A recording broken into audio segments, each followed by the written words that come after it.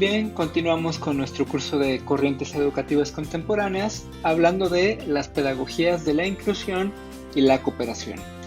Esta imagen que vemos aquí al inicio es muy significativa porque es un caso de aquí de México. Es la escuela de Piña Palmera, en donde pues se tratan diferentes tipos de inclusión, por así decirlo. Aquí tratan personas con discapacidad, personas indígenas e incluso, digamos, se puede escuchar un poco feo, pero pues es la realidad y es parte de su testimonio, mujeres, que también en este tipo de culturas en ocasiones pues son discriminadas, son excluidas. Entonces es un caso muy bonito que es el de Piña Palmera y que nos ubica bastante bien en el tema que vamos a abordar en este momento. Los invito a ver esta imagen, a ver los rostros, a ver estos lazos que los unen a estos educadores, estos niños, estos jóvenes. Y pues con esta imagen, con estas ideas en la cabeza, vamos a comenzar. Bien, lo primero que tenemos que tener en cuenta es que la historia de la inclusión es un relato. Pero, ¿qué entendemos por relato? Los relatos son las vías, las formas, los caminos en los que el ser humano explica la realidad. Existen relatos de tinte científico, relatos de tinte metafísico, y aquí la inclusión es un relato, es una forma de interpretar la realidad. Posiblemente no estemos muy familiarizados con este relato, posiblemente sí. En ocasiones me he dado cuenta con algunos colegas, algunos compañeros, algunos alumnos, que es una realidad que llegamos a ignorar si es que no nos topamos de frente con ella. Razón por la cual es fundamental tener acercamientos a este tipo de situaciones, a este tipo de realidades o de contextos. Entonces es un relato de cómo se acoge, se atiende, se nombra, porque incluso a lo largo de la historia ha habido diferentes nombres para lo que consideramos como diferente, que si es discapacidad, que si son minusválidos, que si son capacidades diferentes, etc. Se mira y se conversa con el diferente a lo largo del tiempo. Aquí habría que interpretar también qué es lo diferente, por eso viene aquí entre comillas, o con base a qué criterios alguien es diferente. Conviene complementar con alguna lectura de Foucault para hablar justamente de estos detalles de la diferencia, del excluido, de aquel que abrimos de nuestros criterios sociales, culturales, etc. Bien, además vamos a hablar de una teleología. Si ustedes se acuerdan, la teleología tiene que ver con las finalidades. Y como estamos hablando de educación, hablamos de una teleología educativa. ¿Hacia dónde se dirige la pedagogía de la inclusión y la cooperación? Hacia un futuro en donde todos podamos vivir y convivir, es decir, que compartamos en lazos fraternos, en lazos de apoyo, en lazos de cooperación, un mundo en donde seamos iguales, pero no iguales en el sentido de, todos con las mismas capacidades, sería algo contradictorio, sino con los mismos derechos, las mismas oportunidades o incluso un sistema de justicia en donde se atienda de acuerdo a las necesidades de cada quien, desde nuestras diferencias humanas, como lo mencionamos aquí, y desde la libertad. Para poder entender mejor esta situación de la inclusión, será bueno entender los 4 discursos que hay en torno a pues, este tipo de educación, este tipo de pedagogía, que también tienen una especie como de curso cronológico, aunque no es necesariamente lineal, pues se dio por lo general de esta forma. Esto no implica que, repito, sea un único orden y que no haya ciertos retrocesos o que sea un avance global, en donde en todos los lados se esté dando al mismo tiempo. De hecho, eso sería bastante complicado, pero bueno, vamos explicándonos. La primera fase es la del abandono y la marginación. Es triste darnos cuenta de que en muchas culturas a las personas con alguna discapacidad o con alguna situación de exclusión, ya sea por su raza, por su sexo, por su orientación sexual, se les abandonaba, se les marginaba. De hecho, es bastante triste porque podemos darnos cuenta de que hay también países, hay lugares, hay pueblos en donde una persona con alguna enfermedad mental o física, pues incluso se le llega a amarrar en partes de la casa, no se les deja salir, no se les deja ver la luz, por miedo, porque tienen alguna creencia de pensamiento mágico, alguna creencia religiosa en donde pareciera que es un castigo.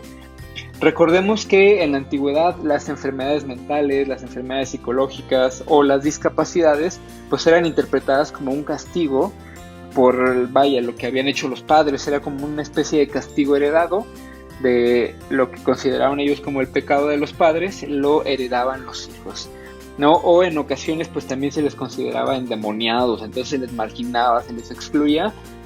En la actualidad no tenemos que ir a esos extremos, pero sí hablamos de cierto abandono. Es decir, a estos niños, estas niñas, estos jóvenes o señores que no se les da la oportunidad de estudiar, no se les da la oportunidad de salir al mundo, quizá por ignorancia, quizá por sobreprotección, no sabemos exactamente. Habría que estudiar cada caso. Posteriormente se habla de una fase de creación de los centros de educación especial. En cada país, se llaman de forma diferente. Estos centros de atención múltiple, estos centros en donde se brinda una atención a estas personas con diferentes discapacidades, con diferentes perfiles, y pues de alguna u otra manera hay que tener en cuenta que estos centros pues son, parte de la escuela que conocemos como ordinaria. Posteriormente se hablaba de que se requiere una fase de integración diferenciada, es decir, que los niños y jóvenes con capacidades distintas o con discapacidades no estudiaran en una escuela aparte, sino que se les pudiera integrar en las aulas regulares. Aquí el detalle es que justamente es una integración en el sentido de como si solamente se les metiera al aula, pero no hubiera las adaptaciones necesarias para ellos. Finalmente se habla de una fase de la inclusión escolar, en donde no solamente se les mete al aula, sino que se genera toda una dinámica de enseñanza-aprendizaje y toda una dinámica humana en donde los niños, los jóvenes interactúan, el docente interactúa desde una perspectiva distinta una perspectiva pedagógica distinta. No solamente se les junta, sino que se piensa toda una forma diferente de enseñar. Ante esto, por ejemplo, me viene a la cabeza lo que conocemos como el diseño universal de aprendizaje. Este es un concepto traído de la arquitectura. ¿En qué consiste? Los arquitectos se daban cuenta que diseñaban una casa y que conforme pasaban los años, esa casa, ese edificio, esa construcción tenía que tener ciertas adaptaciones cuando las personas envejecían o cuando una persona con cierta discapacidad, por ejemplo una debilidad visual o motriz, tenía que habitar esa casa o ese lugar o trabajar en ese edificio. Por lo tanto, los arquitectos tenían que hacer modificaciones a esa construcción. Este concepto lo trasladaron o lo reflexionaron y se dieron cuenta de que en lugar de hacer adaptaciones futuras, lo mejor era pensar esa construcción desde el inicio con las adaptaciones necesarias para que cualquier persona pudiera tener accesibilidad. Este concepto de la arquitectura fue traspolado a la pedagogía. Entonces ya no se plantea una clase, una didáctica, una secuencia que requiera de adaptaciones. Es decir, es un diseño universal. Desde el principio se busca que sea accesible a todos los tipos de aprendizaje y a los diferentes tipos de niños, o más que tipos de niños con capacidades que tienen ellos, con sus tipos de capacidades distintas, o con sus discapacidades o con sus capacidades sobresalientes. Hay una pluralidad aquí de posibilidades. Pues un enfoque que pueda abarcar la mayor cantidad de esta diversidad. Bien, ahora, esta inclusión no es posible sin un cambio radical en la cultura. Acuérdense que la cultura es la forma en la que el ser humano transforma la natura, transforma los medios naturales, transforma estos recursos, ya sea cultura material o cultura inmaterial, ideología, pensamiento, etcétera, tradiciones. ¿Sí? Si el docente mismo no genera un cambio en su perspectiva del mundo, de la realidad, en su posicionamiento del ser y del conocimiento, es decir, su posicionamiento ontoepistemológico, no va a tener un cambio real en su forma de enseñar y de aprender. y por lo tanto su imaginario de los valores y sus concepciones educativas van a seguir tradicionales. Puede tener mucha iniciativa, mucho deseo de querer transformar, de querer cambiar, de querer ser inclusivo y cooperativo, pero mientras estos paradigmas culturales no se cambien, no va a lograr algo efectivo. Por ejemplo, si a un docente le llega un niño con una capacidad distinta o con una discapacidad, vaya, aquí hay cierta controversia por el uso de términos. Los especialistas en estas áreas son muy precisos, ¿no? en ciertos términos, o depende del tipo de escuela en la que hayan sido formados, es al término al que van a recurrir. Bien, hay ciertas personas, ciertos docentes que quizá no fueron preparados en esta área de la inclusión, y cuando reciben a un niño con discapacidad o capacidades distintas, pues llegan a tratarlo con cierta lástima, con cierto miedo, y pues todo esto afecta realmente en los procesos de enseñanza y aprendizaje. Bien, para ir entendiendo un poco mejor esta situación de la inclusión, la cooperación, habrá que entender, y sobre todo en este curso de corrientes educativas contemporáneas, los aportes de los grandes pedagogos del siglo XXI, sobre todo pues lo que conocemos nosotros como la escuela nueva. Bien, incluso más que el siglo XXI, vaya, algunas de estas aportaciones fueron gestándose desde el siglo XX, consolidándose en el XXI, sí, y pues los podemos ver hoy en día, ¿no? Aplicados. Aquí algunas de los principales autores son Montessori, de Crowley y Freinet, sí, María Montessori, con pues toda esta cuestión de la pedagogía científica, el laboratorio, la capacidad que tenemos de explorar, pero en cuestiones inclusivas ella hablaba o consideraba que el niño no debe de ser, vaya, visto como un ser débil e indefenso. Lo que les comentaba hace rato, no se trata de verlo con lástima, no se trata solamente de ver la protección y ayuda que necesita, sino se trata de ver un potencial en él. Si no vemos un potencial en él, no podremos desarrollarlo. De la misma forma, Ovid de Crowley, o Ovidio de Crowley en nuestra cultura latina, sí, también tuvo una aplicación, vaya, él trabajó primero con niños con discapacidades y aplica toda esa experiencia en su escuela con niños regulares, es decir, él no hacía una diferencia, ¿no? Como pues un tipo de educación para niños con discapacidad y un tipo de educación para niños regulares, ¿no? O neurotípicos. Entonces él dice no, o él aplica estas estrategias de forma general, claro, respetando la singularidad. Cuando habla de forma general, hablo de procesos, globales, ¿no? De hecho, su método es el método global de lectura, aquí por coincidencia, pero a lo que me refiero es que no significa que al hablar de una globalidad se pierda también la singularidad, hay que tenerlo en cuenta. Por otro lado, Celestín Freinet sí propone la inclusión como acogida y valoración de todo el alumnado. Sí, él hablaba de dos grandes principios, la igualdad y la diversidad. Igualdad de derechos, pero reconocimiento de la diversidad o la pluralidad de capacidades. Por otro lado, Lorenzo Milani, sí, un sacerdote, realiza una crítica contra la escuela selectiva y tradicional. Milani es uno de los principales antecedentes de lo que en su momento se conoció como educación especial y ahora se quiere dar el enfoque de educación o pedagogía inclusiva. Sí, él realiza toda una crítica social, política de lo que es estas escuelas o estos sistemas excluyentes, ¿no? Podríamos ponerlo muy de la mano con las pedagogías críticas que hemos visto previamente. Aquí pues no es un personaje, pero es algo muy importante a considerar, es el informe Warnock en el Reino Unido, en donde se habla de un paso sustantivo. ¿Por qué? Porque se habla de que ya los niños con discapacidad pues aprenden de una mejor forma si se hace junto a los niños de escuela regular o neurotípicos. Es decir, ya no se habla de una pedagogía exclusiva en donde las personas con discapacidad aprenden por un lado y los niños con capacidades regulares aprenden por otro lado.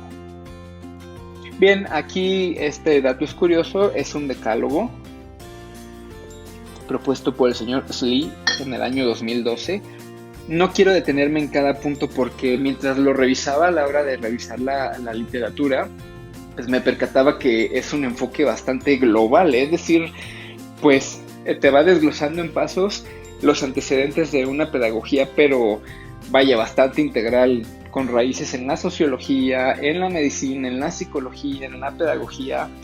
Aquí los invito a que ustedes lo lean con calma cada uno de los puntos, pero lo que quiero que tengamos en cuenta es que se trata o que la educación inclusiva, la pedagogía inclusiva, tiene una pluralidad de bases, una pluralidad de raíces.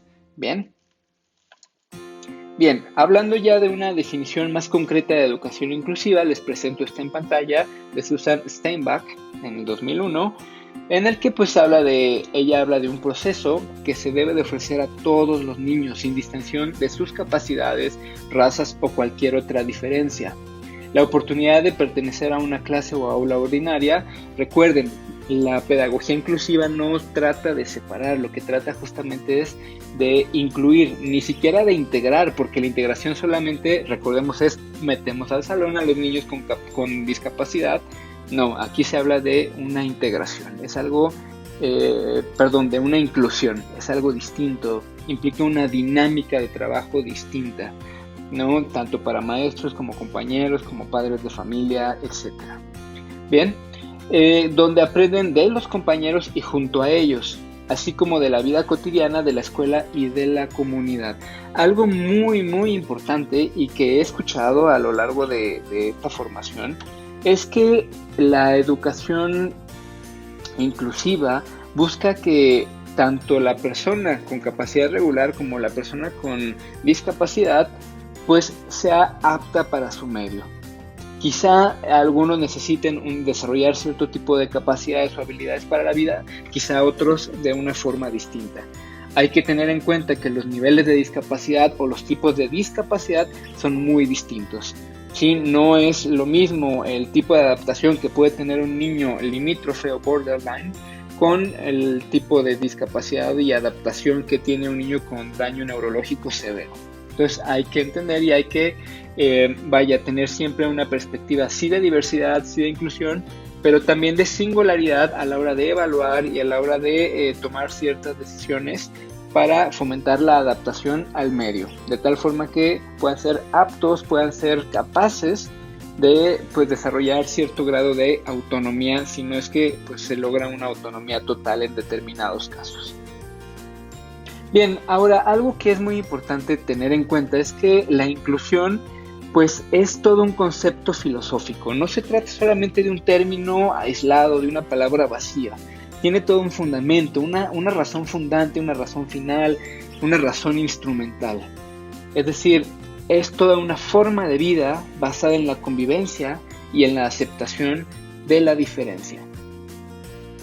Ahora, Hargreaves nos habla de que la calidad educativa o que la inclusión no solamente implica una calidad educativa, sino también una calidad social y política. Es decir, es parte de lo que nos debe de garantizar un gobierno el hablar de inclusión. Repito, no solamente de inclusión en la educación, sino todos estos detalles de accesibilidad en las calles, en los parques, en los trabajos, oportunidades, etcétera, ¿no? Entonces, ¿por qué la inclusión como calidad educativa? Porque es un valor básico que da la bienvenida y atiende a todos los niños. Y es importante tener en cuenta que los profesores deben adaptarse al niño y no el niño al programa. Recordemos que grandes aportaciones de las pedagogías contemporáneas son el cambio de enfoque, en donde ya no es el profesor el catedrático que transmite el conocimiento y el niño un simple receptor cual tabula rasa. No, aquí el niño es central y el profesor se convierte en un facilitador. Por lo tanto, aquí el profesor debe de ser preparado para poder lograr adaptarse al niño y además hacer las adaptaciones necesarias para que el niño entienda los contenidos que le van a permitir alcanzar este grado de autonomía que hablábamos o este grado de aprendizaje para la vida. Además, la educación especial debe convertirse en un elemento de educación general. Es algo que debemos de contemplar. Es muy cierto y muchos de los que hemos sido formados en el área de la educación nos damos cuenta de que no hemos sido formados realmente con ciertas habilidades necesarias para la inclusión. No podemos ver que tenemos compañeros, tenemos alumnos que han estudiado educación especial. Digo alumnos porque Este video es especialmente hecho para, alumnos en educación continua, o ya profesionistas en educación continua me refiero. Y es muy importante tener en cuenta que pues antes era ellos formados en educación especial para atender a personas con discapacidad y otros profesores formados para atender el aula regular. El enfoque de las pedagogías inclusivas implica también una formación del docente con determinadas habilidades o con determinadas competencias, es decir, pues valores, conocimientos, actitudes, ¿no? Que le permitan realmente hacer frente a esto, porque no se trata solamente de un cambio de paradigma desde una cuestión mágica, ¿no? Ya voy a cambiar de paradigma y estoy preparado. La verdad es que no, es una tarea bastante compleja y sí correspondería a los órganos de formación del profesorado, los órganos de formación docente, atender estas necesidades de capacitación en los maestros y en las maestras. Los niños con discapacidad han de ser participantes plenos en la escuela, y no solo en la escuela, sino también en la sociedad. Bien, aquí quiero que recordemos otro de los enfoques que hemos visto, que es el enfoque histórico-cultural. Es fundamental este enfoque en las pedagogías inclusivas. Recordemos que el autor principal es Lev Vygotsky y nos hablaba de una zona de desarrollo proximal y sobre todo de este aprendizaje mediado por el otro. Es decir, las funciones del pensamiento van a ser desarrolladas mediante procesos de socialización. Por lo tanto, pues qué mejor este enfoque para las pedagogías inclusivas, para las pedagogías de la cooperación, en donde se resalta justamente este aprendizaje colaborativo, cooperativo, este aprendizaje social y cultural que podemos realizar. Por lo tanto, la escuela inclusiva debe de proponer marcos de acción para fomentar el acogimiento de los niños independientemente de sus condiciones, ya sean físicas, intelectuales, lingüísticas o socioculturales, para generar una comunidad capaz de poner de lado o eliminar por completo las actitudes discriminatorias y fomentar así una sociedad integradora. Bien, estas escuelas inclusivas evidentemente pues están formadas de diferentes agentes, ¿no? No solamente son los niños o maestros, sino padres de familia, administrativos, seguridad, higiene, etcétera, ¿no? Por ejemplo, quizá detalles que no contemplamos como el poder desplazar a un niño en silla de ruedas, pues requiera también el apoyo de personal de intendencia, etcétera. Bien, ahora los beneficios de la inclusión no solamente son para los niños con discapacidad, también son para todos los alumnos. O sea, ¿por qué? Porque un ambiente inclusivo va a generar la cooperación, la fraternidad, por lo tanto el autoestima, va a promover la autonomía, la responsabilidad y el respeto. ¿Por qué? Porque desde niños estamos atendiendo la diferencia, la diversidad, la pluralidad. Ahora, aquí es muy importante este enfoque que también menciona Slee, que ya mencionábamos anteriormente en el decálogo. Slee dice, no es ni una educación ordinaria ni especial. Si ya les mencionaba que necesitamos tener un cambio en la cultura educativa, pues entonces tenemos que romper ciertos paradigmas. Recordemos que los paradigmas son creencias, es decir, hay un componente cognitivo, uno afectivo y uno conductual, son creencias que pues afectan nuestra vida diaria, nuestra forma de decidir, de deliberar, de relacionarnos con el mundo a fin de cuentas. Por lo tanto, no se trata de una educación ni ordinaria ni especial, porque si seguimos con los paradigmas de la educación ordinaria y especial, estaremos dejando de lado totalmente la inclusión. Recordemos que la inclusión es pues tanto los niños de educación ordinaria como los niños con discapacidad en un solo contexto educativo. Bien, por lo tanto, lo llamo una escuela extraordinaria. Ahora, hablar de diversidad y diferencia implica diferentes aspectos, diferentes categorías, diferentes variables. Quizá ahorita nos estemos enfocando bastante en pues, discapacidades quizá visuales, neurológicas, motrices, ¿no? Pero pues hay que tener conciencia que esta diversidad es cultural. Sí, podemos hablar de la educación de los pueblos originarios, ¿sí? En su lengua, podemos hablar de la educación de la comunidad LGBTI, podemos hablar de, no sé si me faltó una letra, una disculpa. Podemos hablar de mucho tipo de diversidad. De hecho, algo que caracteriza a la posmodernidad, la época que vivimos en la actualidad, justamente es esto, es la pluralidad. En los discursos, en las formas de interpretar, ya sea epistemológicamente, éticamente, estéticamente, ya no hablamos de una sola forma de interpretar la realidad, o ya no hablamos de estas grandes explicaciones que en filosofía se conocen como metarrelatos, sino hablamos de una pluralidad de relatos, una pluralidad de enfoques, una pluralidad de necesidades, el reconocimiento de las minorías, la escucha del vulnerable, etc. Y ustedes se podrán dar cuenta que va muy de la mano este enfoque con las pedagogías críticas y con las pedagogías liberadoras que ya habíamos abordado previamente. Ahora, atender la diversidad en la escuela puede tener dos enfoques, una vía excluyente y una vía inclusiva o incluyente. La vía excluyente habla de actuaciones que en la teoría y en la práctica legitiman un doble currículum, es decir, los niños con discapacidad por allá, los niños regulares o neurotípicos por acá. Hay varias películas o caricaturas, ¿no? En donde incluso no tienen que ser niños con discapacidad, sino se les considera con diferente nivel y se les ponía el salón de los inteligentes, el salón de los burros. No he visto series, ¿no? En donde era pues niños con aptitudes sobresalientes y tenían su salón aparte. O que los dividen por animales, ¿no? Pues las tortugas, los leones, los camellos, no lo sé. Y era dependiendo a su capacidad o a la capacidad que se creía que tenían.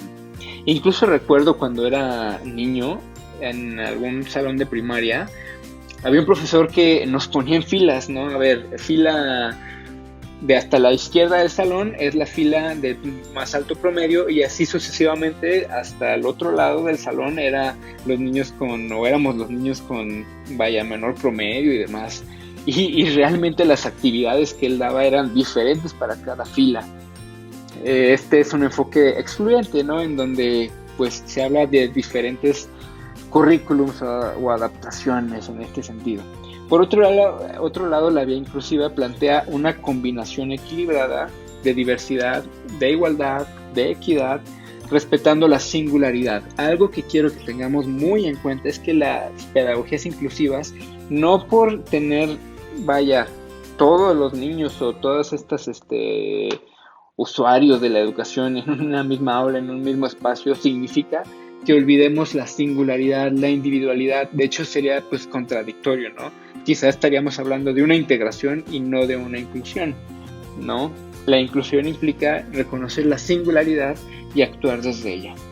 Es un currículo común, sí, pero no significa que es uniforme. Recordemos, y es plural, y esto es gran parte de lo que se requiere en la actualidad, ¿no? Con lo que conocemos como el pensamiento complejo. Es decir, esta capacidad que necesitamos de actuar frente a la incertidumbre, reconocimiento del error, reconocimiento de la interdisciplinariedad, transdisciplinariedad tal vez, etcétera, ¿no? Es decir, estamos gestando una nueva forma de pensar frente a la educación. Ahora, en esto se plantean dos tipos de grupos, los cooperativos y los interactivos. La realidad es que en la práctica las diferencias son como muy pocas o no siempre se alcanzan a denotar. Algunos autores son los que sí hacen una diferenciación como muy particular. Aquí podemos ver las que hace el autor de nuestra principal fuente de consulta, que es Carbonell, que él habla de los grupos cooperativos como aquellos en donde los alumnos se ayudan unos de otros. Es decir, se genera una especie de sistema. Recordemos que los sistemas buscan el equilibrio y será tarea del docente fomentar que este equilibrio sea sano. No todo equilibrio es sano, bien, hay que tener eso en cuenta, pero se genera entonces una interdependencia positiva. Si el equilibrio del sistema no es sano, pues esta interdependencia no será positiva, sino negativa. Ahora también se habla de los grupos interactivos, en donde pues son más pequeños y heterogéneos. Y justamente esta capacidad, esta cualidad de lo heterogéneo va a permitir el enriquecimiento mutuo.